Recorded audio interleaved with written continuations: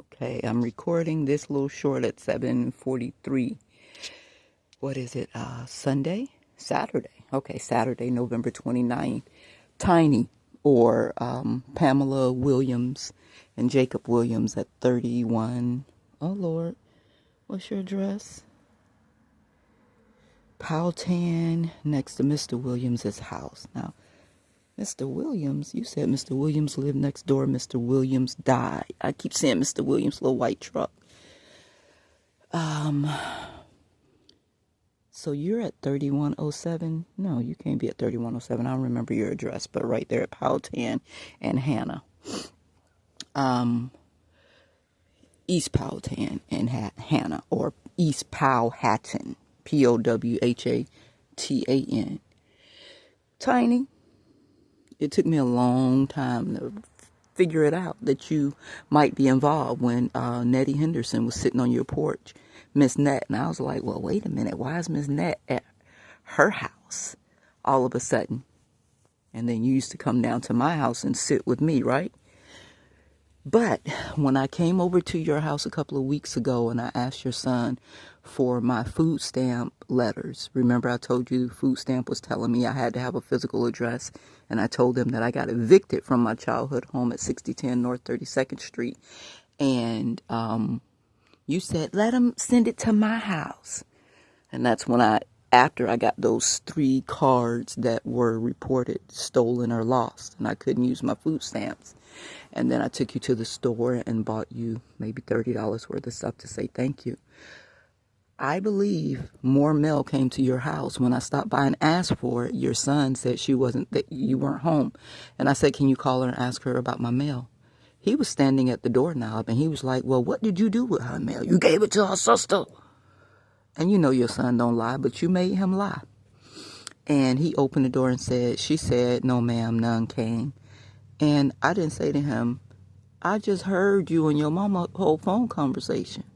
Let me speak to Tiny. I didn't make a big deal out of it because I'm going to contact the U.S. Postmaster, and they keep a record of every piece of mail that moves. So they know what mail came to your house in my name. So I'm debating on whether or not I need to come over there and talk to you face to face and ask you to please at least tell me who the mail was from. But I know you're friends with my sister. You told me I could park my car on your property and my brother wasn't going to come there and touch nothing. You were talking real big and bad. But then when I had that young man, Galvin, to use his AAA to bring my car there, maybe a day or two later, was it the same day, you said you got to move the car? I was like, wait a minute, now what the hell happened? She was talking all big and bad. So I think my brother paid you money. And then my brother rolled up in a red Cadillac with another man, his boyfriend. Say that? No. Okay. And he was looking at Galvin like, Galvin, you're supposed to be handling this. Now, I've been laying here since they don't want me to work. They don't want me to have money. They don't want me to have friends. They don't want me to have a husband. So they're moving through the world with all these gang stalkers trying to block my life in so that they can live. How out of 8 billion people you need one person to have a good life? That's crazy. You need to change your focus. Abundance is everywhere. And God had abundance for me so that I could share that abundance with little children who didn't feel like they were good students. You know, a lot of girls feel like they're not good at math. And God gave me the gift to break down math so that I could show them how to create visual pictures in their head and master math. And y'all done set back the whole nation by stealing my inheritances and marrying me to people so that you could do so. I ain't never been married. So who did y'all marry me to get my shit? Say names? No. So let's move on past that. When Tiny came to Dr. Twiggs's building, 3304 East Hillsborough Avenue, and said, well, your brother said if you don't move this car, he gonna call code enforcement on me. Then you all scary. I'm like, wait a minute. You told me with a big, bold gorilla chest, I ain't got to move my car. Jacob ain't going to let him do nothing. You ain't going to let him take my car. But I should have known when you didn't open that back gate and let me put the car in your property and lock your back gate like you usually have your back gate locked, that something changed. And I don't know why I don't pick up on deception before it becomes a problem with me. Then when you came and sat on the porch at Dr. Twiggs's place, 2 days later, they were, police at the back of the house talking about somebody died at the back. I'm like, I don't have nothing to do with crackheads in the backyard. Nothing to do with the crackheads in the backyard. I don't have nothing to do with the car parked out there. Kenneth had that Jaguar parked there. And when he came to me and asked me about the car, I was like, last time I saw the car, Ebony and that lady Margaret were taking refuge in the car because it was wintertime and they were cold. They were sitting in the car. So I did not manage what was going on in the backyard. The only thing I did was went back there every other day or so and picked up all the trash. And every time I picked up the trash, seemed like they took the trash can and dumped that shit back down out there. But I kept picking it up. And I could tell somebody was doing something sexual because they had those wads of like Kleenex paper, like somebody had done wiped off cum or something on the papers. And when I picked up the papers, Galvin's face popped in my mind. So I figured Galvin was back there getting busy with the little, ladies of the night. I never confronted him because I meant Galvin and I weren't sexual. I was trying to lead and guide him. I knew he was sexually attracted to me, but that ain't gonna make me move. That ain't gonna make me move. Galvin was kind of like a whore, and I don't know who likes to date whores. I don't. So, for the record, he came in the house after talking to somebody in a big black truck. I heard voices, and when Galvin came back in Dr. Twiggs's building, I said, "Who are you talking to?" He said, "Nobody." And I should have said, "You're lying. You were talking to somebody," but I was second guessing myself. Then he told my children to say that they were his brother. I said, they're not going to tell anybody that you're their brother. So whoever it was somebody who thought he was my son. They gave him something that he was supposed to give to me that he never gave to me. And I believe that was that credit card. He kept swiping, going to the store every couple of hours, getting Mad Dog 2020, getting Long Island iced teas, getting those, what are those, fruity flavored coolers my sister Alva used to drink, getting those from the corner store right next to the building on the corner, the Shell, on the corner of 34th and Hillsborough. And he bought a lot of Hector's pupusas for the girls and I.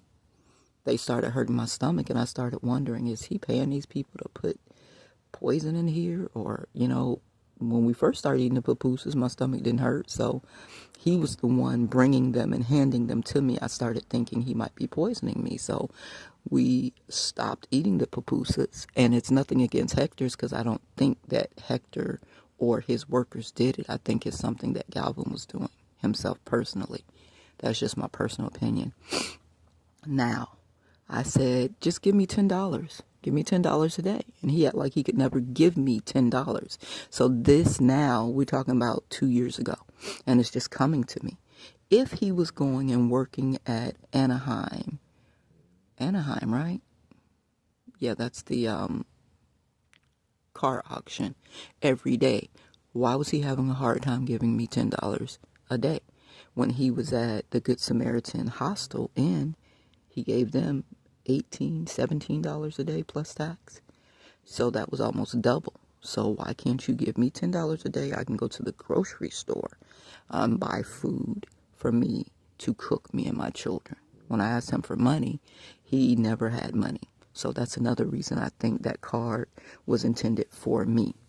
And because I kept feeling this weird stuff, I kept feeling like he was lying to me. I rooted through my things and found my cards, my tarot cards, and I shuffled, and I said, please tell me which of these cards represents Galvin. I did it twice, and both times the Seven of Swords came out, and I was still tolerant. It still took about a month for me to tell him to leave. And the only reason I told him to leave then was because he grabbed me and started dancing with me in the parking lot, and he said, I'm gonna, did he say marry?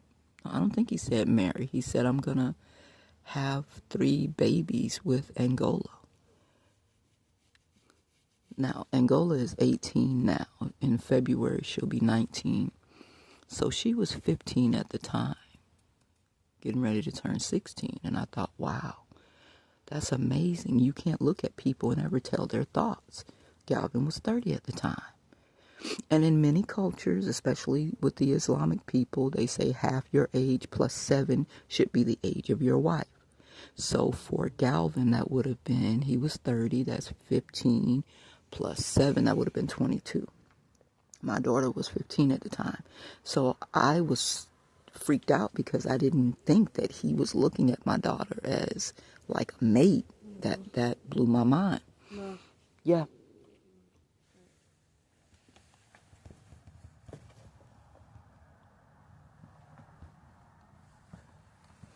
So that must have been on a Friday, because I said I'm going to give you a week to find a place to stay. Now, the girls were staying at the back of the building. He didn't leave the front little office.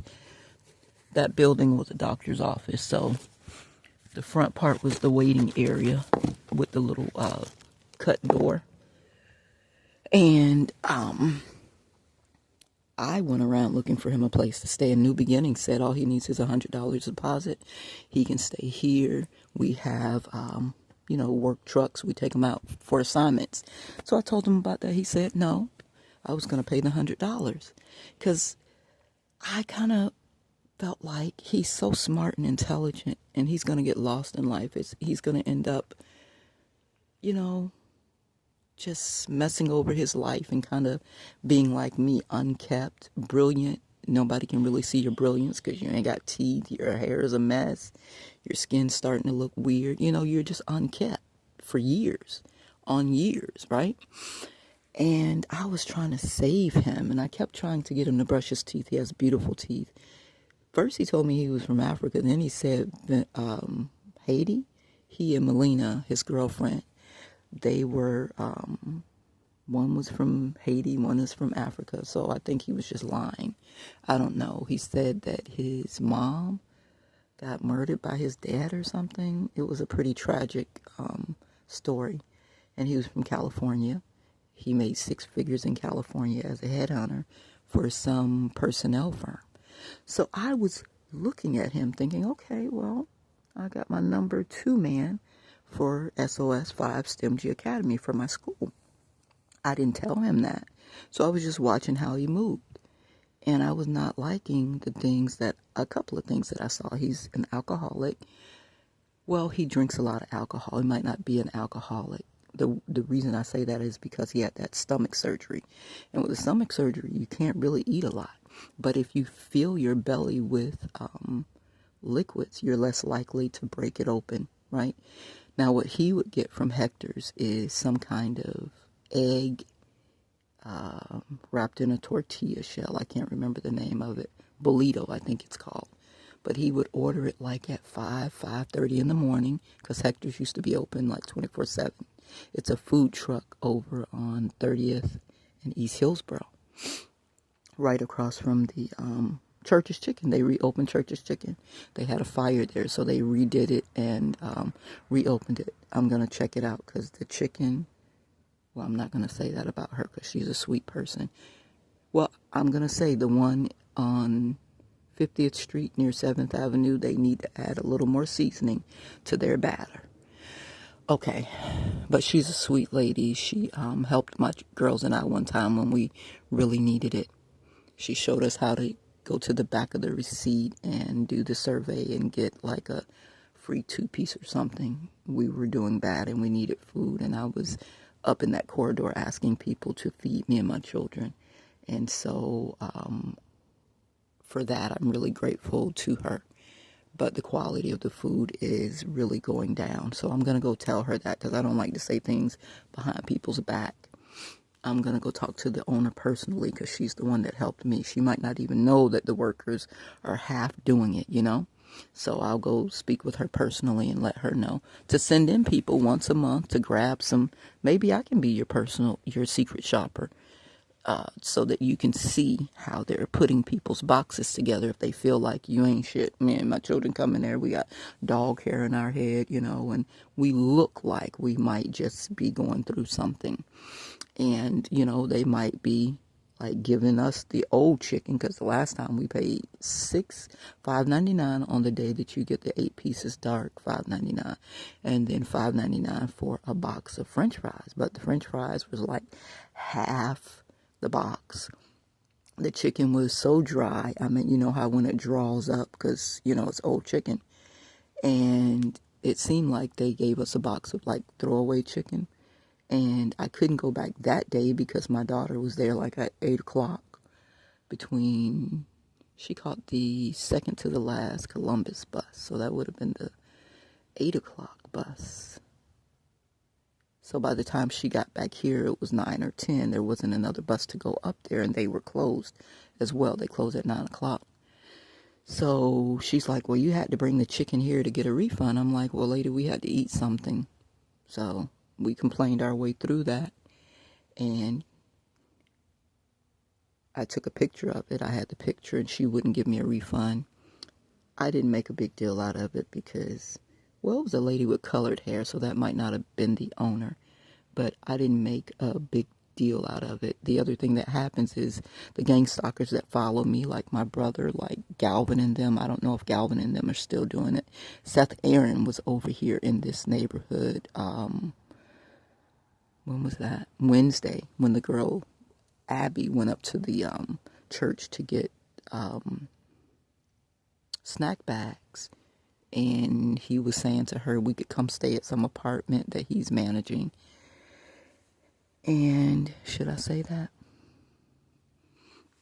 When my daughter Aset lived at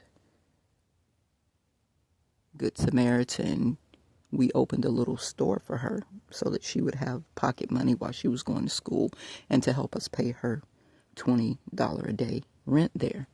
Well, it wasn't 20, it was like 20 after you add the taxes. I think it was $19 a day because she stayed in one of the nicer rooms, room 207. She was in there with Melina and Bree, and what was the other girl's name? I can't remember. She had a little store, and he would buy from her. He'd give her $20 and take $5 worth of products. And I cautioned her. I said, now listen, you're 18, you're grown, but let me tell you what could be going on. He might just be trying to help you get through school, but I don't think so. Because most of the people that end up at the Good Samaritan, they have plummeted all the way down in life. And it's usually because, I said most, not all, of their choices, their behavior, and their philosophy. I said, what I think he's doing is, trying to sweeten you up so that he can ask you for some sex eventually.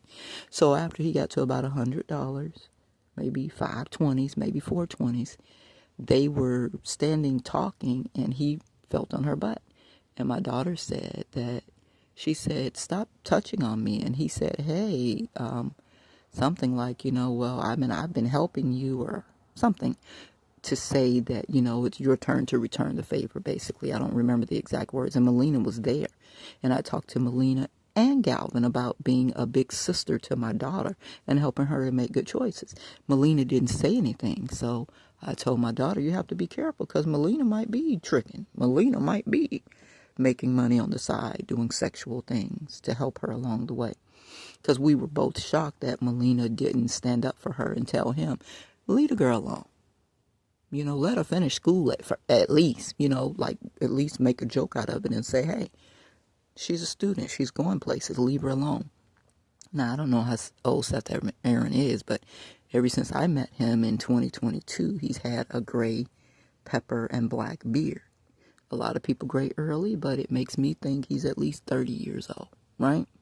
He's a really smooth dresser. He's got flair. He's a charismatic young man. He reminds me of Takeoff. No. Cardi B's husband a little bit. One of the Migos. He reminds me a little bit of Offset. I think that's his name. He's very charismatic. But to me, he shouldn't have been trying to push up on my daughter. at 18. I just thought that was kind of wrong. But a lot of men see they're legal and it's okay. So I told her, I'm going to send him a text. And I did. I sent him a text. I said, listen, however much we owe you, let me pay you back. But hands off my daughter. Give her a chance at life. Because I mean, what, even if he wanted to date her, honestly, or marry her, I mean, to me, it was a bad match. And she's likely to end up in some shady shit. That's just the way I felt. So I told all my girls to steer clear of him because, you know, there was talk that Taz molested his daughter. Taz was staying at the Good Samaritan too. And that Kevin was using drugs. It was a whole clique of people that were at the Good Samaritan, and they would hang out. And my daughter was trying to hang out with them to be with Melina, who was supposed to be like a big sister protector to her. And can I tell that story? Yeah, because I don't want my daughter to walk around in shame that she did something. So I'm telling this story so that the story can be out in the open. She's going to be mad with me, but they're all usually mad with me for so-called talking too much. I helped her get in the swim class. She did the swim lifeguard class, and she was getting ready to start working, making like $16 an hour or something, but that was a big accomplishment for her. All she needed to do was complete the drug test and her background check. So, you know, she doesn't do drugs. She ain't got nothing on her background, so that's a shoo-in for the job. That night, God told me to tell her to get her ass up in her room and go to bed or just relax, and I didn't say it. Let me tell you what happened. She went outside with the 30-year-old has-beens, right? They're under the tree out back at the Good Samaritan, passing around a weed cigarette joint. That's what they called it in my day. I don't know what they call it now. And they passed puff and handed it to her. Now, instead of Galvin to say, don't do it, Galvin is the one that gave it to her. But when I was telling the story, he said, well, you know, they're going to do what they want to do anyway. They're going to try it eventually. And when I talked to Aset again, now this was back in 2022, yeah. Was it the summer of 2022 or was it the summer of 2023? One of those summers. When you take the rookie class, all of it has been disbanded. I mean, Cascadian is even closed right now. The pool is closed for the season. So this was either 2022 or 2023. And she was going to get a job and help me pay the insurance on the car. And we were going to live in the car. And then that way she could have left the Good Samaritan and came back with us. It would have been easier to maneuver if we had the car. I could get her to school on time, pick her up on time, and we'd have a safe place to sleep in the car. Me and my 3 girls. So they handed it to her and she puffed on the marijuana. Now, I don't know how many rounds of